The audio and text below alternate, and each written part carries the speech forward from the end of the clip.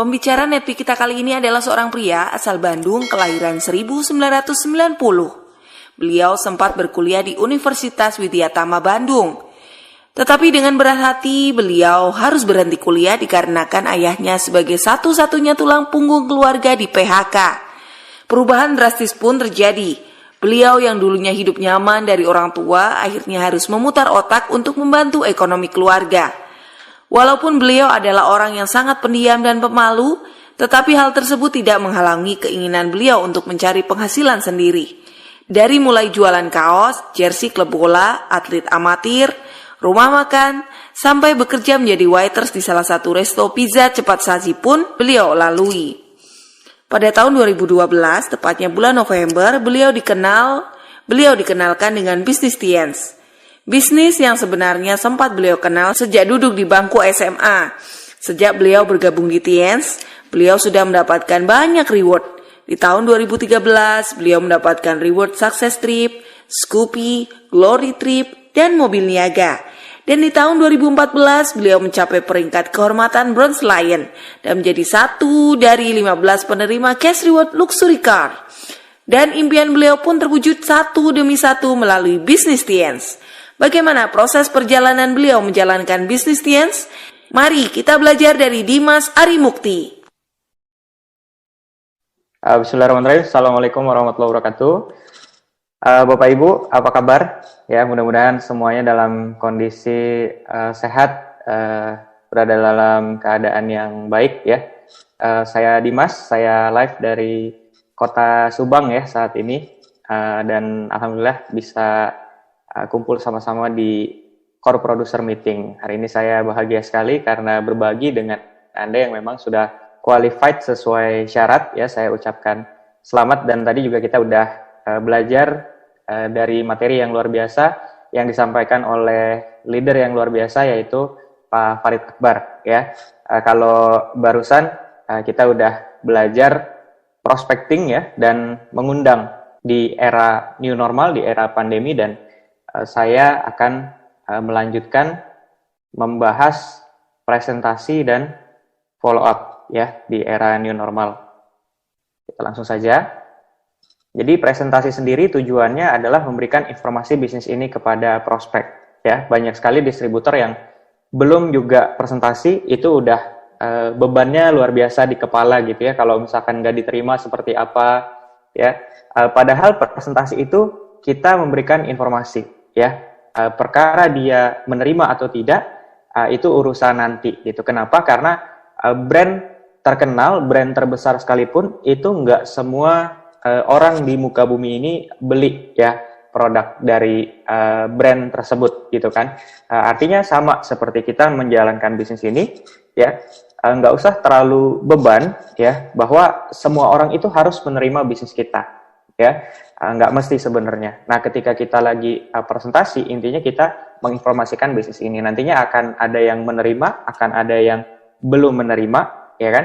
Yang paling penting kalau misalkan mereka belum menerima, kita tetap hubungan baik. Siapa tahu mungkin waktunya aja yang belum cocok gitu ya. Dan jenis presentasi itu ada dua ya. Yang pertama kita sebutnya one on one, ketika kita berbicara dari satu orang kita ke satu orang yang lain gitu ya. Satu ke satu, one on one. Dan kemudian satu ke banyak, ini kita sebutnya dengan home meeting ya. Nah, kemudian kalau di era new normal seperti sekarang, tentunya kita juga perlu memanfaatkan media online ya, karena kadang-kadang ada juga orang yang ketika kita mau temui mereka masih defend, mereka belum mau gitu ya. Jadi kita juga bisa menggarap dan memaksimalkan tools online gitu ya. Yang pertama ya, tipsnya adalah install aplikasi meeting online, misalkan Zoom ya, yang sekarang sangat-sangat populer. Dan sarannya adalah jangan pakai email utama, ini untuk preventif, jaga-jaga aja. Kemudian yang kedua, untuk meeting maksimal 4 orang, itu bisa juga pakai WhatsApp conference Bapak Ibu ya. Nah, kemudian yang jelas siapkan kuota atau WiFi ya, karena ini akan sangat-sangat menunjang, mendukung sekali. Dan yang keempat, pastikan koneksinya bagus tentu saja ya, biar lancar gitu kan. Dan yang kelima, persiapkan tampilan video dan kualitas suara yang baik. Ya, jadi background yang baik, pencahayaan yang baik, kamera yang baik, kualitas suara yang baik, itu sangat-sangat penting sekali ketika kita meeting online gitu ya. Karena kalau misalkan hal-hal tadi kita tidak indahkan, estetikanya kurang, biasanya juga audiens kurang nyaman, kurang impress, kurang tertarik gitu ya, menyimak apa yang akan kita sampaikan.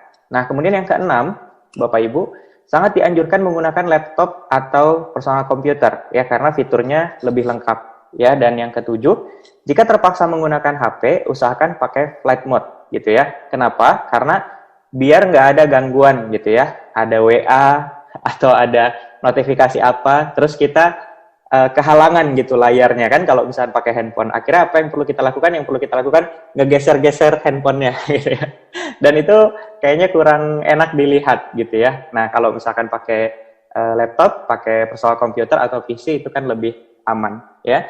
Kemudian yang ke-8 ya, undang prospek secara personal. Ini saya kembali mengingatkan ketika Anda bikin janji online gitu ya, jangan misalkan si link Zoom untuk home meetingnya itu di broadcast ke grup-grup, disebar ya. Kita udah ngalamin nggak efektif ya Bapak Ibu. Jadi kita harus gunakan personal touch. Jadi bisnis yang bisa berkembang baik adalah bisnis yang mengcombine high tech dengan high touch gitu ya.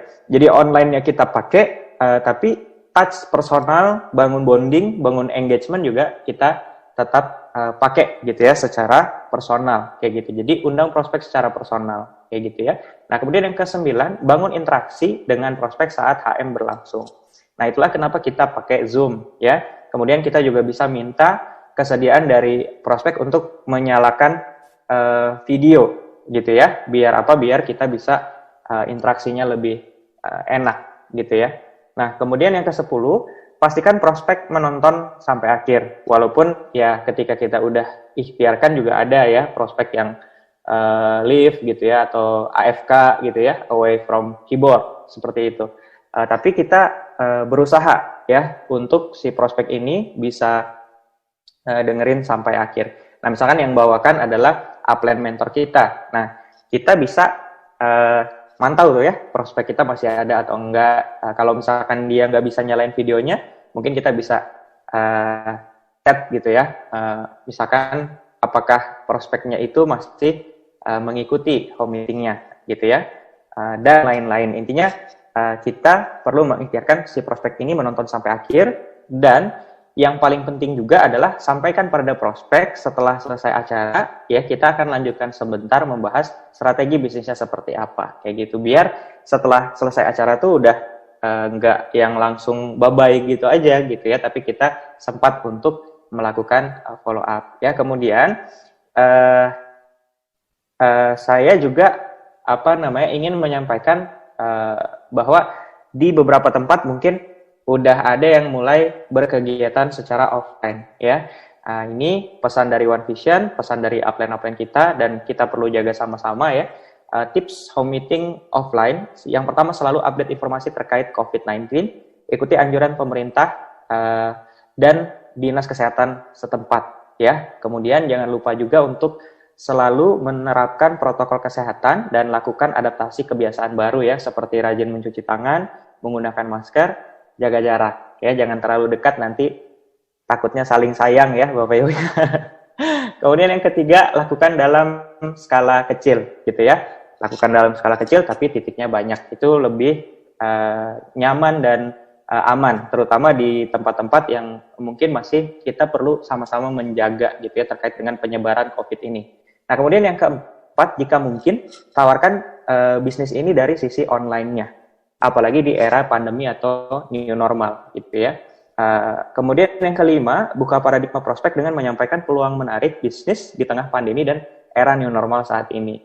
Gitu ya, kita bisa buka fakta-fakta tentang pemutusan hubungan kerja yang jumlahnya sekarang makin meningkat dari waktu ke waktu. Kita bisa buka tentang bahwa bisnis yang dulunya kita anggap settle, stabil, seperti KFC ya, seperti brand-brand yang lain, ternyata juga kena terdampak dengan pandemi ini gitu ya. Tetapi bisnis kita malah mengalami kenaikan yang cukup signifikan gitu ya. Yang pertama karena memang didukung dengan industri yang memang pas gitu ya, dan yang kedua bisnis kita juga memungkinkan sekali untuk dijalankan dengan online ya. Kemudian yang keenam ya, promosi pertemuan hanya jika situasi sudah memungkinkan di daerah Anda. Ini untuk yang offline ya. Kalau misalkan belum memungkinkan, berarti refernya ke pertemuan online gitu ya. Nah, kemudian yang ketujuh, lakukan follow up maksimal 2 kali 24 jam ya. Nah, tips pertemuan offline, sekali lagi bagi yang sudah mulai menyelenggarakan OP offline, NDT offline, ya intinya event-event offline ya.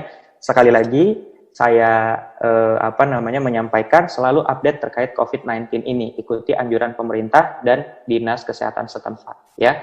Juga sekali lagi, poin yang kedua, lakukan adaptasi kebiasaan baru. Rajin mencuci tangan, menggunakan masker, menjaga jarak ya. Terapkan protokol ketat, tingkatkan kehati-hatian ya. Cek suhu di pintu masuk, atur saat masuk ya. Perhatikan pergantian mic saat impact, kan itu pegangannya gantian tuh. Kemudian mic juga ya, khawatir bisa dikasih bungkus kain gitu ya, kan ada tuh ya. Atau kalau misalkan bintang 5-nya banyak, bintang 6-nya banyak, biar menyesuaikan dengan protokol, bisa dipegang dulu sama MC atau apapun. Intinya kita meningkatkan kehati-hatian gitu ya, biar prospek juga kan, wah ini acara benar-benar memperhatikan protokol ya, berarti ini tim playernya kredibel, panitianya kredibel gitu ya. Nah, kemudian yang keempat setelah pertemuan adalah saat yang sangat tepat untuk membantu prospek mengambil keputusan bergabung dan menyusun strategi terbaik untuk memulai ya. Atau setelah pertemuan adalah saat yang paling tepat untuk kita melakukan follow up Bapak Ibu ya. Nah, bicara tentang follow up, tujuan follow up ini adalah dua sih sebetulnya ya. Kalau saya boleh rangkum ya, Bapak Ibu jangan konsultasikan di CPM ini saja ya, tetapi Bapak Ibu harus konsultasikan lagi ke upline aktifnya. Dan ini yang saya lakukan karena ini sifatnya teknis, mungkin nggak selalu cocok dengan kondisi Bapak Ibu saat ini. Maka dari itu sekali lagi, jangan ambil konsultasi mentah-mentah hanya di CPM online ini, tetapi nanti Bapak Ibu silahkan konsultasikan lagi ke mentor aktifnya gitu ya. Tujuan follow up adalah membantu prospek untuk mengambil keputusan. Karena orang baru itu kadang-kadang masih mempertimbangkan. Nah, tugas kita untuk membantu mereka mengambil keputusan ya, dan mulai menjalankan bisnis ini dengan strategi yang tepat, dengan cara yang benar ya. Belajar follow up dari mana? Belajar follow up pertama dari upline aktif, yang kedua tentunya Bapak Ibu perlu dengarkan starter pack. Udah didengerin Pak, belum terlalu ngerti, coba dengerin lagi. Udah sih Pak dengerin, tapi belum terlalu ngerti, coba didengerin lagi, diulang-ulang. Kondisinya beda ya, walaupun starter pack-nya sama, biasanya dapat insight-nya beda. Kemudian kembali belajar dari upline aktif Anda gitu ya. Dan sekarang sudah dilengkapi juga dengan basic pack biar kita bisa lebih menguasai lagi ya tentang skill-skill yang kita butuhkan di bisnis ini, mindset dan mental yang tepat Bapak Ibu. Karena hanya profesional yang layak dibayar mahal. Jadi kalau misalnya Bapak Ibu ingin income-nya besar di bisnis ini, jadilah seorang profesional ya. Bukan tentang Bapak Ibu bisa atau enggak ya untuk skill yang dibutuhkan di bisnis ini, tapi seberapa bisa gitu ya. Nah, seberapa bisa inilah yang akan membuat perbedaan antara yang bonusnya belum besar dengan yang bonusnya besar. Maka dari itu pastikanlah Bapak Ibu menjadi profesional ya, agar Bapak Ibu semua layak untuk dibayar mahal, memiliki bonus yang besar. Amin ya. Nah, kemudian tips follow up Bapak Ibu ya. Follow up online ya, setelah tadi presentasinya online, ini kita bahas follow up online. Ini bisa menggunakan Zoom meeting juga ya. Nah, biar apa? Biar kita bisa menggunakan slide ya, atau bisa juga WA conference maksimal 4 orang. Ya, intinya yang tadi saya bilang, bantu prospek untuk mengambil keputusan ya dengan sentuhan yang lebih personal. Kalau misalkan home meetingnya umum, mungkin OP-nya juga online, sifatnya umum, nggak bisa tanya jawab. Nah, ketika follow up itu baiknya memang di sini ada interaksi yang lebih personal, sentuhan yang lebih personal ya, mau itu offline, mau itu online. Nah, kemudian selalu saling mengingatkan untuk menerapkan protokol kesehatan untuk kegiatan offline, termasuk ketika follow up gitu ya. Kadang-kadang kita udah rapi-rapi nih di awal ya, umpamanya OP gitu ya, di depan, wah udah dijaga jarak, panitia ngatur, ya kan? Cek suhu dulu pakai termogan. Pas masuk, kursinya diatur jaraknya, ya kan? Udah cakep banget lah, ya, udah cakep banget, kayak gitu. Nah, terakhirnya Bapak Ibu, ya, karena udah seneng, pertemuannya sukses, rame, pada berpelukan, ya kan? Kemana jaga jaraknya gitu ya? Akhirnya kan ambiar begitu ya. Nah, jadi hati-hati. Atau misalkan ada sesi foto bareng habis acara gitu ya sama teman-teman, selfie-selfie deket-deketan gitu. Nah, itu hati-hati kayak gitu ya. Nah, bisa dengan nggak jabat tangan dulu, maksimal kita pakai tangan tuh ya. Nah, seperti itu. Jadi saling mengingatkan, kadang-kadang lupa ya, udah tahu tapi lupa. Jadi saling mengingatkan. Nah, kemudian lakukan follow up maksimal 2 kali 24 jam ya, karena kalau misalkan lebih biasanya udah lupa. Yang tadinya udah semangat juga semangatnya udah turun lagi, ketika ngobrol dingin lagi gitu ya. Jadi biar masih panas, masih hangat, lakukan 2 kali 24 jam. Kemudian setelah selesai pertemuan online maupun offline adalah saat yang terbaik ya, sekali lagi Bapak Ibu, untuk membantu prospek mengambil keputusan ya, closing dan memulai menjalankan bisnis ini dengan strategi yang tepat ya. Jika pertemuan masih jauh ya, poin kelima, kalau memungkinkan bisa mulai membangun tim dan memulai membawa undangan ke pertemuan.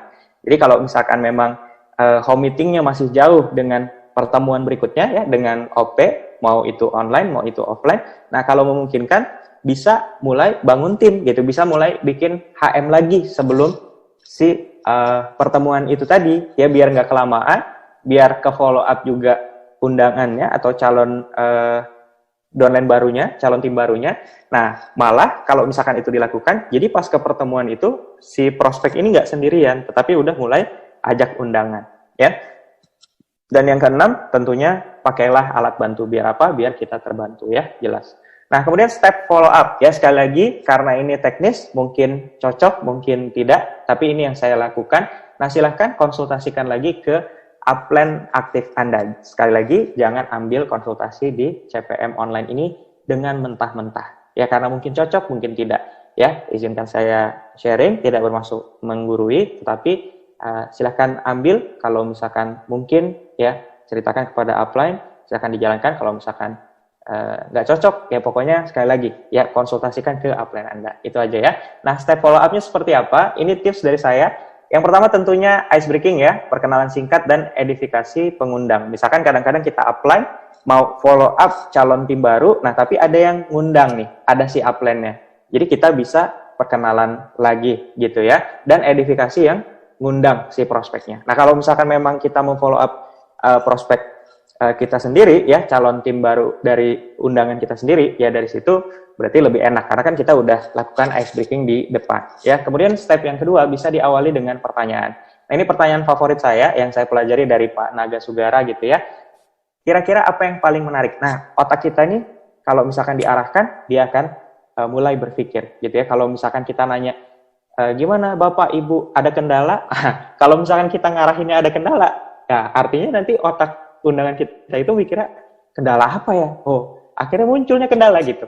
Makanya yang kita tanya adalah, gimana Bapak Ibu, apa nih yang paling menarik buat Bapak Ibu? Nah, akhirnya dia cerita misalkan dari sisi income-nya, dari sisi bangun asetnya. Itu tadi yang terakhir sharingnya bagus banget, menginspirasi banget. Nah, akhirnya kan positif ya. Kemudian yang ketiga, menjelaskan aktivitas bisnis ini dengan sederhana. Biasanya saya ngejelasin biar tim baru itu kebayang, biar prospek itu kebayang. Saya bilang bahwa aktivitas bisnis ini tuh sederhana banget ya. Yang pertama selling, ya kita menjual gitu ya, cari pelanggan, nanti kita melayani pelanggan. Yang kedua networking atau team building, biar apa? Biar bisnis kita bisa melipat, omsetnya melipat. Kalau kita jualan sendiri 5 juta, kalau misalnya kita punya 100 orang yang jualannya juga 5 juta, artinya kita punya omset 505 juta. Nah itulah pentingnya bangun tim, biar menjadi faktor kali, biar menjadi lipatan atau gulungan momentum gitu ya. Dan berikutnya adalah mentoring, mengajarkan tim. Diajarin apa? Ya diajarin selling, diajarin networking gitu ya. Nah, tapi biasanya ketika follow up saya nggak bahas tentang mentoring gitu ya, tapi saya kasih gambaran soal selling dan networking. Ya, selling pun nantinya biasanya akan ada event lagi ya, mentoring, selling, ngajarin tim baru untuk dia bisa selling gitu ya. Nah, kemudian yang berikutnya adalah biasanya saya juga kasih saran goals di awal yang mudah dan perlu dicapai sama tim baru. Karena kadang-kadang tim baru kita tuh secara impian juga belum terlalu kebangun, belum terlalu kebentuk. Jadi kita yang perlu kasih gambaran gitu ya. Misalkan kita kasih gambaran bahwa di bisnis ini kita bisa punya income yang baik gitu ya. Kita bisa punya rumah yang terbaik, kemudian kendaraan yang terbaik gitu ya. Sesuai dengan apa yang membuat prospek itu tertarik gitu ya. Tapi sejauh apapun tetap di langkah pertama. Berarti bisnis besar apapun tetap dimulai dari mengambil keputusan. Dan dari mengambil keputusan itu, kita perlu goal yang memang mudah dimakan, mudah ditangkap gitu ya. Nah, biasanya saya kasih goal awal itu sederhana aja ya. Selling 1000 PV dan rekrut 2 membership dalam waktu 1 bulan gitu ya. Dan kita juga bisa ceritakan alasannya. Kenapa sih harus 1000 PV dan kenapa sih harus rekrut 2 membership gitu ya. Semakin sederhana yang undangan baru kita tangkap, maka dia akan semakin mudah membayangkan bahwa oh iya ternyata simple bisnis ini gitu ya. Jadi jangan belum apa-apa prospeknya udah pikir aduh berat juga ya bisnis ini gitu. Nah, malah kan itu menurunkan kans untuk dia mengambil keputusan dengan segera. Gitu ya Bapak Ibu ya. Mudah-mudahan Bapak Ibu dapat sesuatu, mudah-mudahan bermanfaat. Nah, kemudian yang kelima, usahakan selling dan networking itu bisa berjalan paralel bersamaan. Ya, insya Allah bisa banget karena kita juga jalanin bareng mentor kan sama-sama. Nah, baru untuk bisa selling ya dengan mentoring ya, cara online atau offline gitu ya. Jadi untuk bisa selling itu ya kita mementoring tim baru ini baik caranya online maupun offline gitu ya, dan ajarkan membangun daftar nama yang baik dari awal. Ini penting banget ya. Saya ngerasa banget ini ngaruh banget kalau misalkan tim baru kita itu bisa rapih langsung bikin daftar nama, kita kasih waktu mungkin 2 hari gitu ya, maksimal 7 hari, kalau bisa dia punya 250 daftar nama yang tadi Pak Farid sudah jelaskan ya. Jadi biasanya juga saya arahkan coba di tematik gitu ya, teman SD, teman SMP, teman SMA kayak gitu ya, teman kuliah, itu teman komunitas. Nah, ketika tematik seperti itu biasanya 250 tembus ya, 500 pun bisa tembus. Dan ketika itu nanti ngundangnya juga enak, presentasinya juga enak, follow up-nya enak, bangun bisnisnya enak banget ya. Dilanjutkan dengan mulai melakukan aktivitas presentasi. Jadi setelah ada daftar nama, bisa lanjut bantuin tim baru kita untuk melakukan presentasi ya. Awalnya dibantu mentor, sampai nanti ke depannya dia bisa melakukannya sendiri. Ya, yang keenam, arahkan calon tim baru untuk mengambil paket membership sesegera mungkin. Kalau bisa on the spot, wah keren banget ya. Atau maksimal 2 minggu ke depan.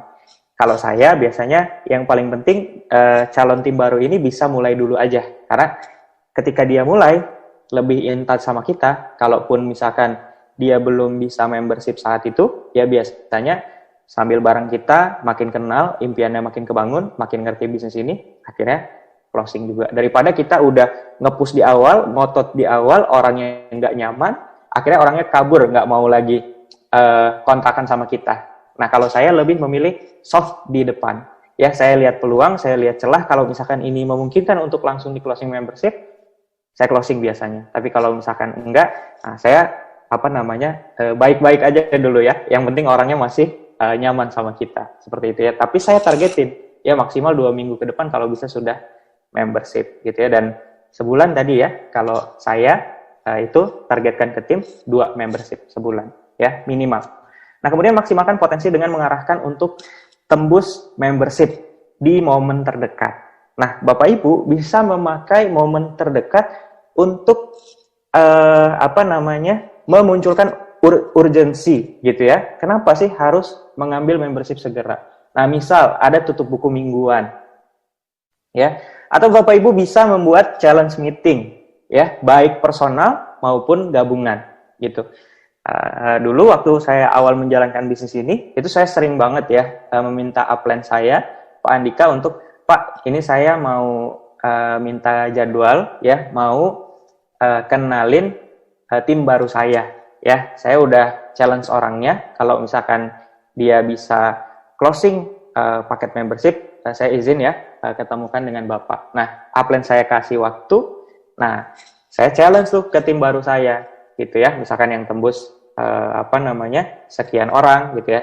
Kemudian saya temukan dengan Pak Andika gitu ya. Kalau misalkan timnya udah mulai banyak ya bikin aja challenge meeting, misalkan CP minggu pertama gitu ya, atau CP minggu kedua, atau misalkan bisa juga yang close membership minggu pertama, yang close membership minggu kedua, nanti ada special meeting bersama Bapak X bersama Ibu Y misalnya kayak gitu ya. Kita bikin seperti itu, jadi ada urgensi gitu ya, kenapa orang itu harus mengambil membership sebelum tanggal sekian.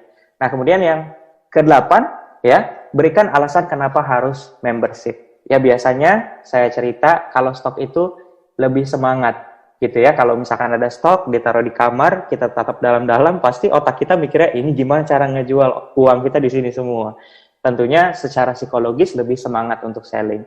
Yang kedua, lebih mudah untuk dapat testi pribadi, karena sebagiannya bisa kita pakai ketika dapat testi pribadi, biasanya juga jualan lebih powerful gitu ya. Beda sekali dengan kalau misalnya kita nggak pakai produknya. Makanya di 7 langkah, langkah kedua adalah pakai produk gitu ya.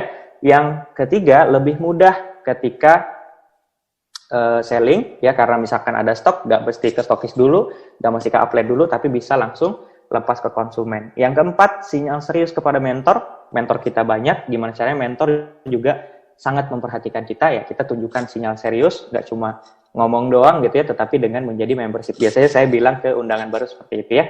Kemudian mendapatkan akses belajar yang lebih premium gitu ya, bisa ikutan challenge ya, bisa ketemu sama upline ya kan, bisa ketemu sama mentor. Nah, itu dijual ya, edifikasinya dijual. Gitu. Yang berikutnya adalah potensi keuntungan yang lebih besar. Jelas ya, ketika membangun tim, mau downline kita platinum pun, kalau misalnya kita bintang 4, maaf ya, kita nggak ada bonus gitu ya. Artinya penting sekali untuk kita membership, biar apa? Biar kita punya keuntungan yang lebih besar ya. Yang berikutnya, budaya duplikasi yang baik dan powerful. Kita juga bisa ceritakan ke calon tim baru kita, kalau misalkan kamu ngambil membership, atau misalkan kalau prospek kita up level, berarti Pak, Bu, kalau misalkan Bapak, Ibu membership, nanti kan ketika bangun tim juga mereka akan nanya, kalau misalkan Bapak atau Ibu membership apa. Nah, misalkan Bapak Ibu jawab, saya membership silver karena saya